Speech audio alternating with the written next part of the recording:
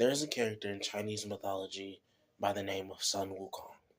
He was the Monkey King who gained immortality through breaking the rules and the established systems of the heavenly courts and even going against the rules of Buddha himself.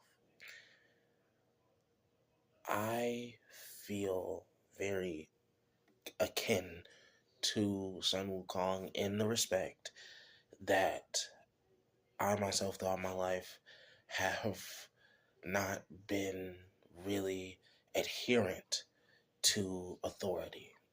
I've always had a questioning mind.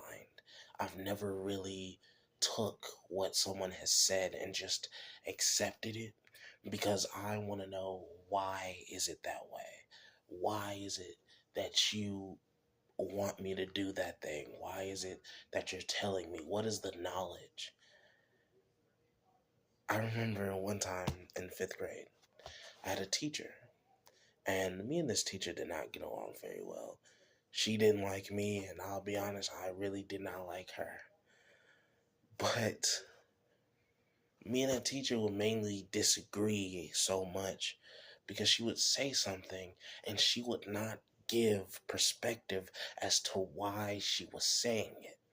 She was a teacher who believed that her word was law, that explaining it was beneath her, and I didn't agree with that.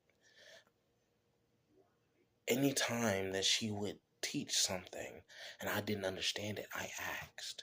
I said, why is it that way? Why is it that you're doing it this way?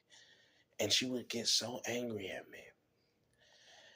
And it caused a lot of strife for me and her, back and forth. But eventually, we would figure it out. I have kept that same ideal with me throughout the entirety of my life. I, in a genuine sense, cannot sit back and watch or just let authority figures say something and not have at least some sort of explanation. I do not want to be adherent to a system or to systems that are unjust or simply tell you what to do without having any good explanation as to why you're supposed to do them.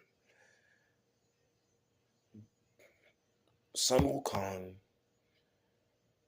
was trapped in a mountain for 500 years before being forced and tasked to go on the journey to the west. And when he came out of the mountain, out of his imprisonment, he was bound. Atop his head was a crown that at any moment and at any time could constrict, canceling out all of his power and essentially killing him, if not almost. At the end of his life, after he achieved Buddhahood, from doing the mission tasked of him, he and his companions realized that this was not the thing that he wanted. Sure, he had the power.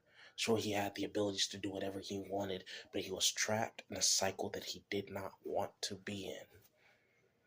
So, he had his friend, and they basically were able to split his essence into 6 pieces. And after that, he was free. Wukong was free. He no longer had to answer to authoritarian deities who wanted nothing but to control him and his power. He was free. Me and Wukong are kindred spirits.